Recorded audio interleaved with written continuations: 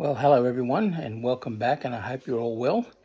My name is Leith Dewis, and this is 2 Seeing, where the things that we're going to discuss, that we see it through a black lens and a white lens, or you see it through your lens and hopefully see it through the lens of somebody else. The information that we've been talking about in all these videos is about the Aboriginal and Torres Strait Islander cultures, our history, our protocols, our customs, the impacts that colonisation had on our people, and how there are possible solutions that we can have to assist my people and the next generation as well. So this is episode 12. It's going to be about the contributions that Aboriginal and Torres Strait Islander people have made to the Australian Defence Force in the past and now, and that will continue on into the future. So what you see is what you get. This isn't edited. You'll hear noises in the background, and I'm not in a studio. I'm just at home with my family, and so everything that you see is real life, and it's not a studio or AI or anything like that. So Aboriginal and Torres Strait Islander people have proudly served in every conflict that Australia has actually ever been in, from the very first conflict that Australia's been in, which is the Boer War, up until the conflicts and peacekeeping operations that happen now. So to start off with, there's always been a love-hate relationship with our people. And so in the Boer War, the Australian fought under the Royal Imperial Forces back in those days, and Australians were sent across to South Africa to fight in the Boer War. Now, there may have been Aboriginal and Torres Strait Islander people that served in that at that time, but they either weren't identified or the military did not know that they were actually of Aboriginal and Torres Strait Islander heritage. But the Boer War also had put a black mark on the military at the time, where during the Boer War process or theatre of war at that time, the Queensland Police rounded up 80 to 100 Aboriginal young men. And back in those days, everyone travelled by ship. And so they were shipped out of Western Australia, like all the soldiers at the time, to go and fight in the Boer War. Like I said, these soldiers were rounded up by the Queensland Police, sent over to Western Australia and shipped offshore as trackers in the Boer War. Now, at the end of the Boer War, as they do, everyone comes home. But because of the immigration policy at the time, and what Aboriginal people or blackfellas we call the government, that we look at these discriminative laws, and we call it the black policy at the time. And because they weren't citizens, those young men weren't allowed to come back to Australia. We actually left them in South Africa because of the immigration policy or the black policy at the time, where no one of colour or no immigrants were allowed into Australia. So that's the sad part.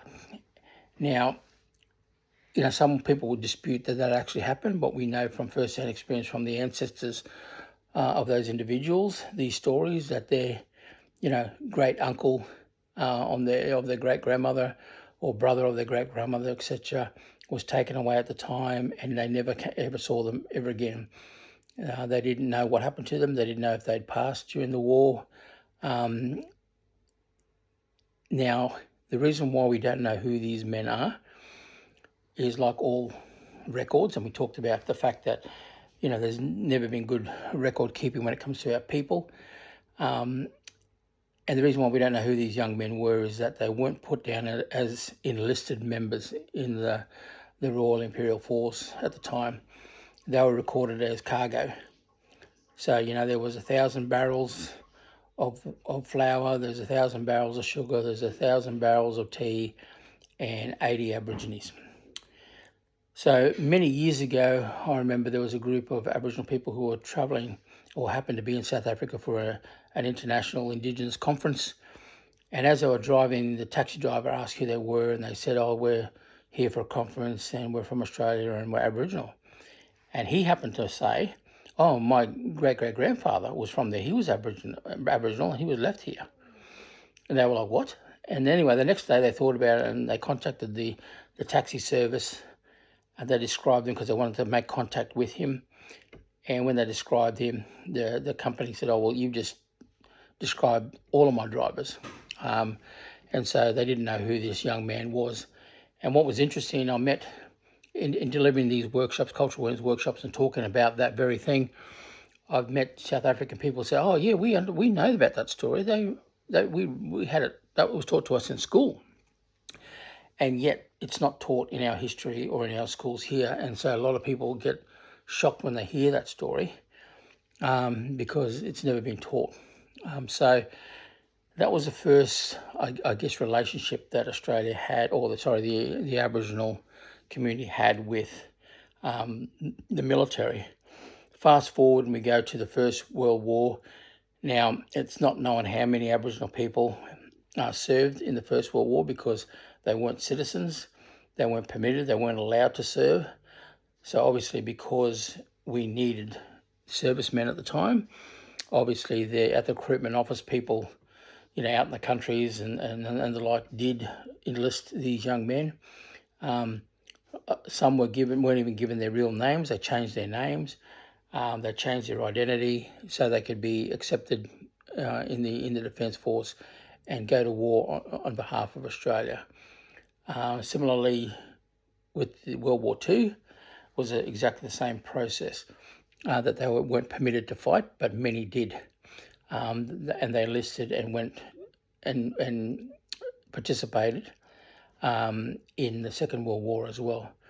Now, during that time, to protect the northern shores of Australia, the Torres Strait Island people and communities also had the Torres Strait Light Infantry, and they had the Torres Strait Battalion that were to protect the Torres Strait Islands and the northern parts of Australia.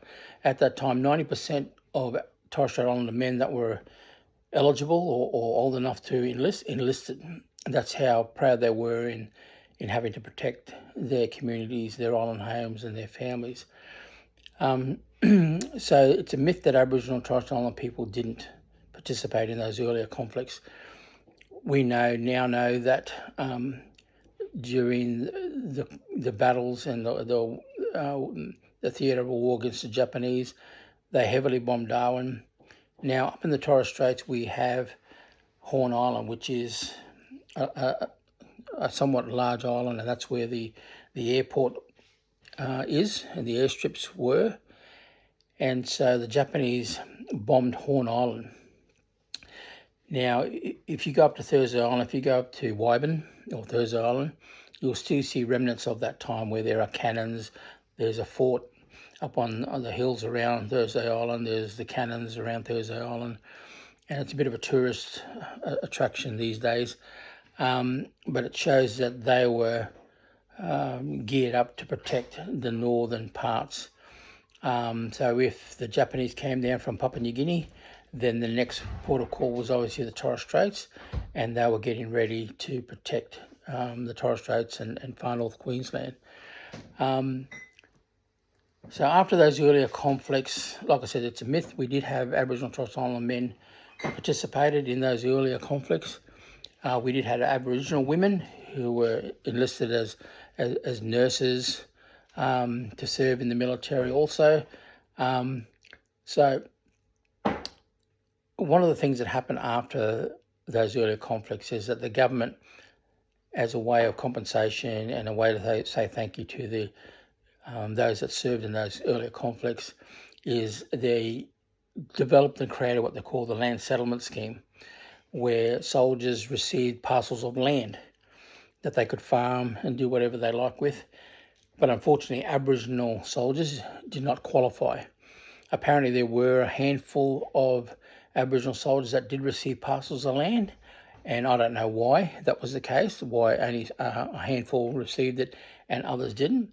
Well, I know why. It wasn't because they weren't citizens at the time, and they didn't qualify because of the discriminative laws and practices at the time One also argues that these parcels of land were what we call starvation blocks, where some of these soldiers couldn't farm the land, they couldn't grow anything on the land, and so they weren't worth anything.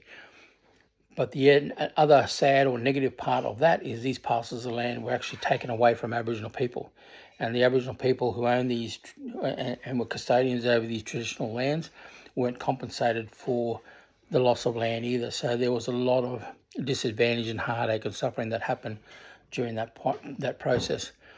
Now, the land settlement scheme was actually managed by all the states at the time. So they managed that program, and they were the ones that made the laws and decisions about who would qualify for the land settlement scheme. So that was another black mark that was put on the military. Now, to the military's credit, when a lot of these soldiers came back from wars and conflicts, even when we go to other conflicts after that, the Korean War, the Vietnam War and all that sort of stuff, that we did have a lot of Torres Strait Islanders and Aboriginal people, young men that enlisted to fight in those conflicts. And to the military's credit at the time, a lot of them, when they came back from these earlier conflicts, when they went to march with their comrades, because of the laws, a lot of them they weren't allowed to march, although they were veterans. They weren't allowed into establishments. They weren't allowed into the RSLs and other places where these soldiers would meet. And even the other soldiers themselves couldn't understand. They said, well, he was in the trenches with me, and now he's not allowed to march with me or come and have a beer with me and us remember our mates who had fallen.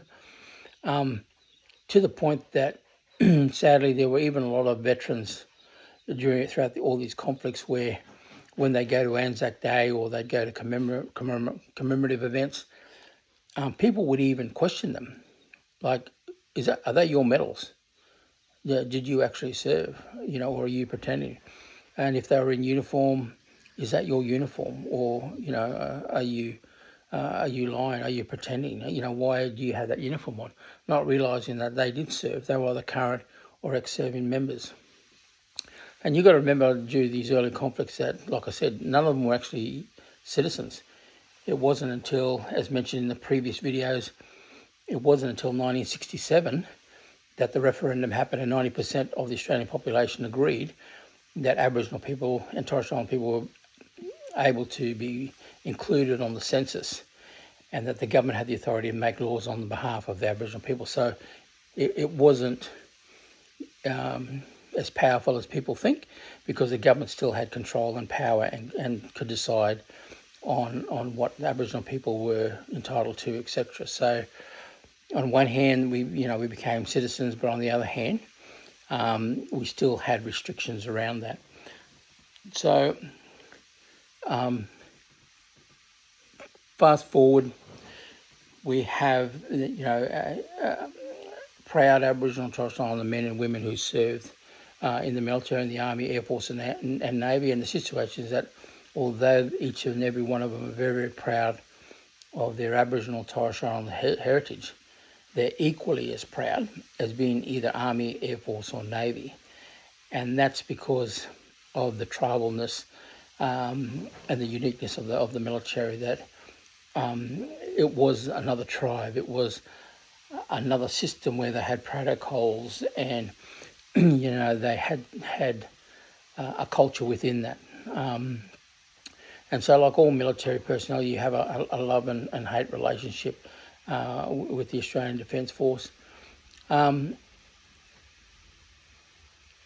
Previously, the department that I work for fought really hard. The department I'm in now, we fought really, really hard for the census to include a question of not only if they are current and ex-serving members, but if they are of Aboriginal Torres Strait Islander heritage. Out of that process, we now have identified that there are about 14,700 Aboriginal and Torres Strait Islander servicemen and women that are veterans or previously served and are current serving members. And so we have a better idea of some of the numbers, at least in recent times anyway. The Department of Defence spent a lot of time and money and effort into the recruitment of Aboriginal and Torres Strait Islander people, and that, obviously will continue. So that explains the history that we've always served. There's a myth that we didn't serve. It was very disappointing over the years at Anzac dawn services, the treatment of our veterans, including recently where we had Uncle Ray Minnicon, who was doing the acknowledgement to country in the Sydney dawn service, was booed, which was really sad because he's a veteran himself. His family are veterans.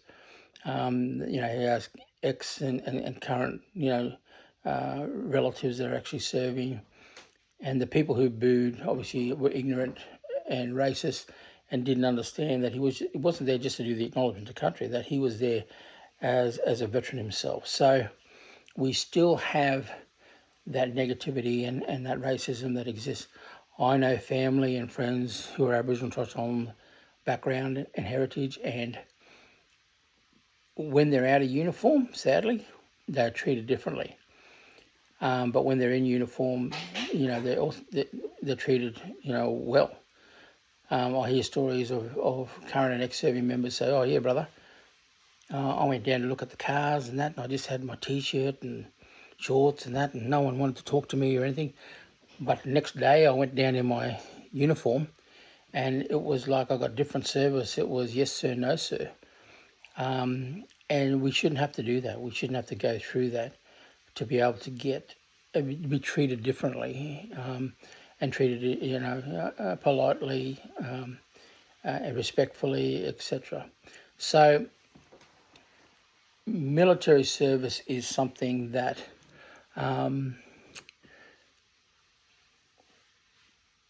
many have joined in the past because it's going to give them opportunities. It's a stable income.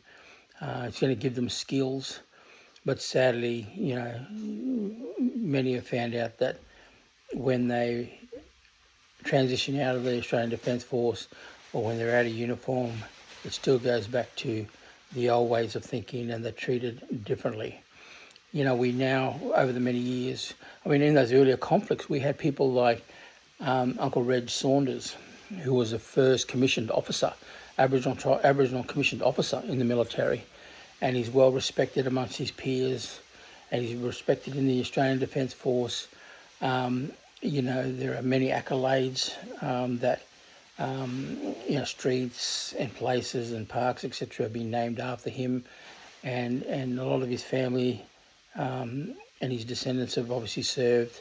And there are a number of Aboriginal families who are the same way, that they are now, second, third, fourth generation military, and they proudly serve.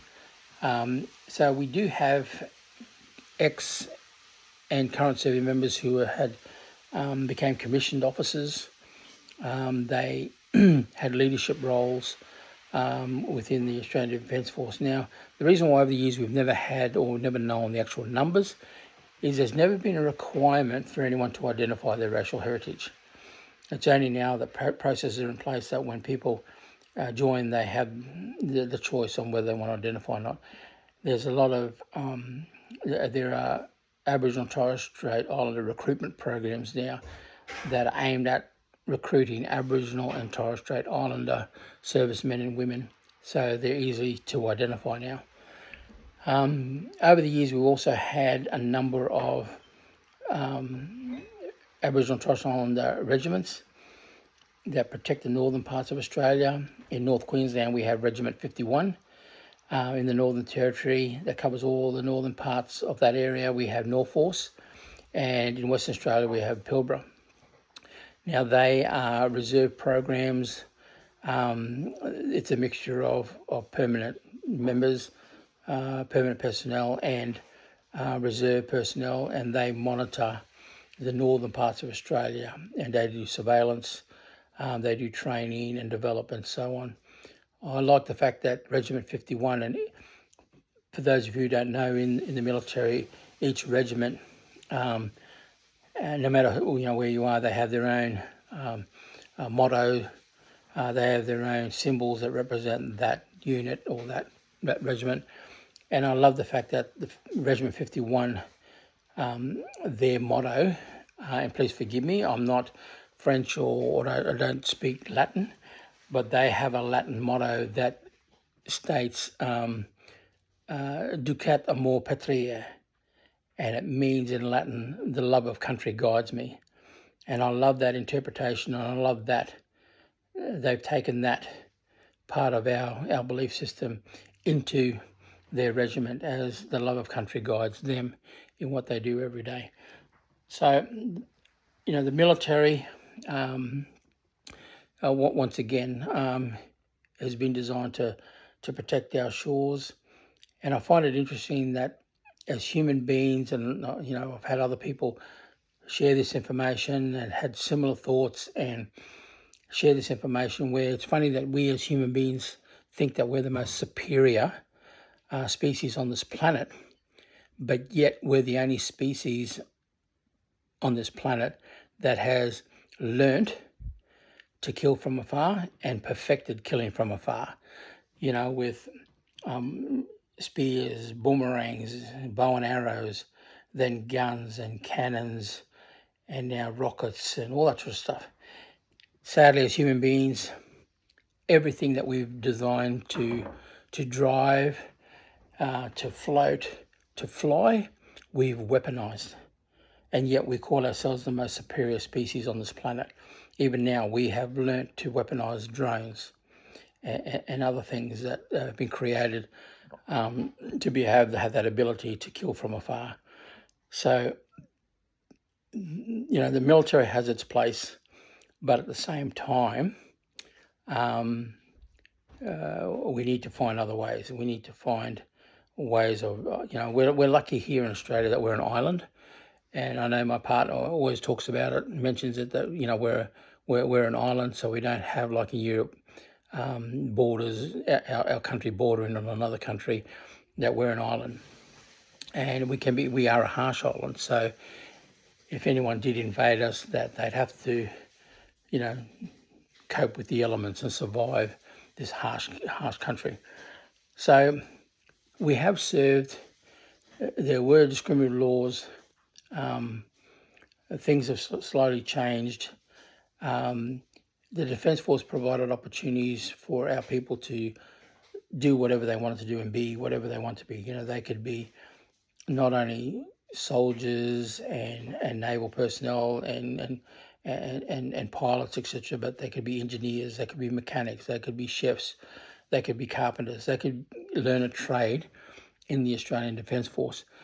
Now, one of the issues we have, sadly, with our mob when they get out of military service is they find some, not all, but some find it difficult to interact back and get back, re-enter their communities and their families, especially in the regional and remote communities, because according to their family, that they're still angry at the fact that they never came home for sorry business, they never came home for birthdays, they never came home for anything important, and they couldn't because they were in the service, they were deployed, and they just couldn't just up and go and be with the family. And so, whether that deployment, was overseas or they were deployed to do something here in Australia somewhere. So when they transition out, some find it very hard to get back into their communities. And often I talk to these veterans, they said, brother, I'm finding it hard, My mob, they said, you've been running around like a white fella for 25 years, putting on their uniform, fighting their wars, and now you're going to come home and try and be black, Like, what do I do? How do I do it? So when I have these discussions with my mob, I often say, look, what you need to do is take all those skills that you learnt in the military and somehow find ways of utilising those skills back in the community, where, for example, you might be, get involved in a local organisation or the local council in your community, and you bring all those skills that you had as a leader and as an officer, or just anyway, what you've learnt in the military, your communication skills, your negotiation skills, all that sort of stuff. And then the community will see like, oh, well, he's smart fella, like he's bringing all this. And yes, he's never forgotten where he's come from. So it's a very complex situation when our people do join the military. And I'd like to acknowledge also the women that have served from back in the day until now, those who have in the early stages served as nurses and medical staff. And now we see our women proudly serving in all areas across the Australian Defence Force, working in all those areas and doing a fantastic job. But they go through the same thing as our men, that they have their issues with regards to their relationships with their family and their communities when they transition out.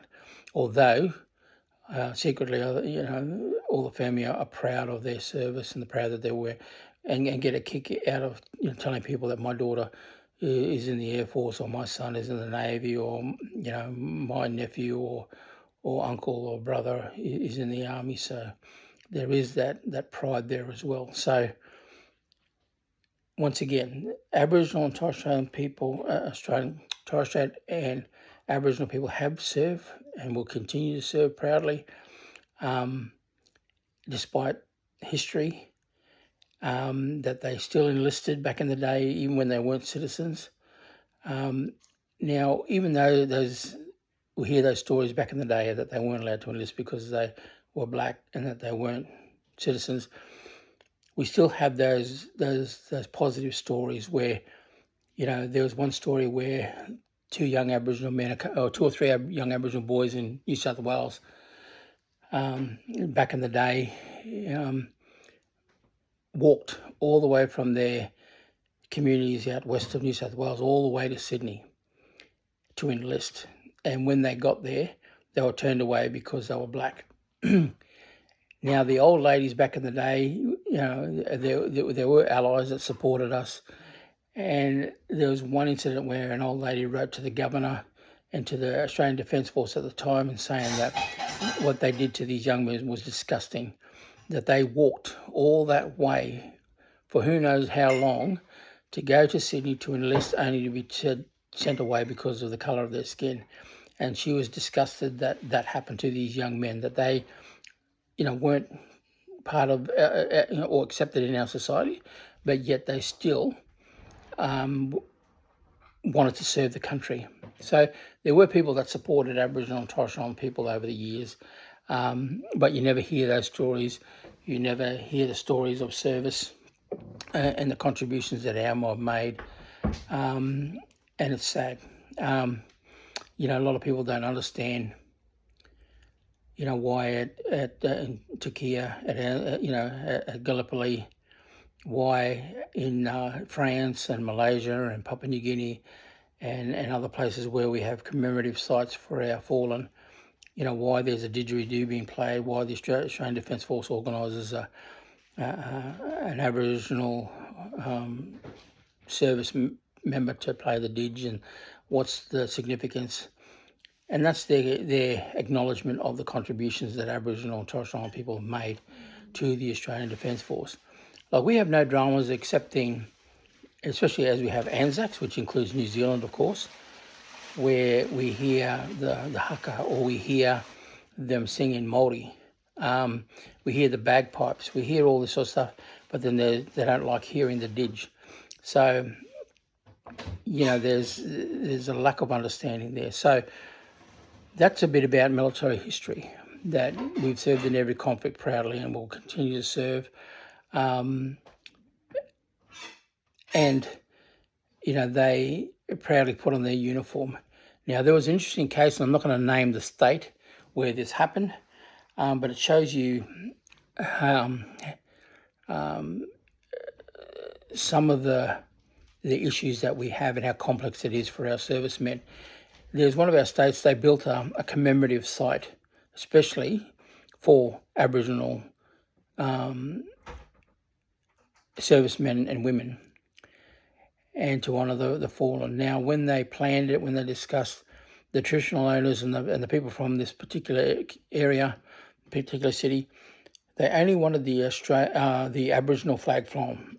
They didn't want the Australian flag flown. But the veterans, some of which were actually related to these people and were traditional custodians of that area as well, there was a conflict with them because they said, well, yes, we're proud of our Aboriginality, we're proud of the Aboriginal flag, but we fought under the Australian flag. We didn't fight under the Aboriginal flag. We fought on the Australian flag. So there was an interesting situation there where you had those that have served and those that wanted to commemorate but just wanted the Aboriginal flag and not the Australian flag. So that gives you an idea of how complex in the worlds that our people live in. They live in two worlds, walk in two worlds, and have to manage their way through those two worlds. All the same impacts happen to Aboriginal and Torres Strait Islander women who serve. We've recently seen the Royal Commission into the Defence and Veterans Suicide, which sadly showed our veterans of all backgrounds the impacts of conflict and war, and it obviously included the stories from Aboriginal and Torres Strait Islander servicemen and women. And some of that information wasn't necessarily about conflict itself. It was about the racism that they faced when they were training, when they served, how they were treated, how they were mistreated. And so those inquiries over the years, and that particular inquiry was for the governments to gather information on how we can assist all of our veterans and give them the support they need because of what they've endured as military personnel in the service of their country. So don't believe anything I've said. Do your research. Find out the truth. Share the knowledge, share the truth. If you're at a barbecue somewhere and someone says something about Aboriginal service, have the courage to stand up and say, well, no, that actually didn't happen. That Aboriginal people did serve in every conflict from the Boer War even till now. And there's enough information there. You need to only go to places like the Australian War Memorial and the Office of War Graves and find out this information. They will tell you the stories, those that have been recorded anyway, of Aboriginal and Torres Strait Islander heroism, their willingness to serve their country in a time where, like I keep saying, that they weren't even citizens. So I hope this little video gives you the opportunity to have these discussions and clarifies things and encourages you and sparks some interest in you in going out and researching this stuff and finding out this stuff for yourself, and honouring those that served, no matter what their background, what conflict they were in, and make sure that we continue to do that for those who serve. I myself wouldn't serve, but I understand why people do, and more power to them. But the trauma, the intergenerational trauma, and everything else that comes out of the military service is something that's very, very hard for a lot of our men and women to, no matter what your background, to cope with. So that's what this video was about. And like my daughter said, Dad, don't forget to tell them to subscribe and share this video. And this is, like I said, this is all new to me. So like I said in another video, my daughters have subscribed. So because they've said it, you guys got to go and do it. And I hope this sparks your interest in the contributions that our people have made over the years. So stay safe, stay happy, and don't forget that, see it through your eyes, but also see it through the eyes of somebody else. And hopefully through that process, you'll all realise that we're all different but the same, and that we can move forward in the future. So thanks for listening, and I'll see you on the next one. Bye.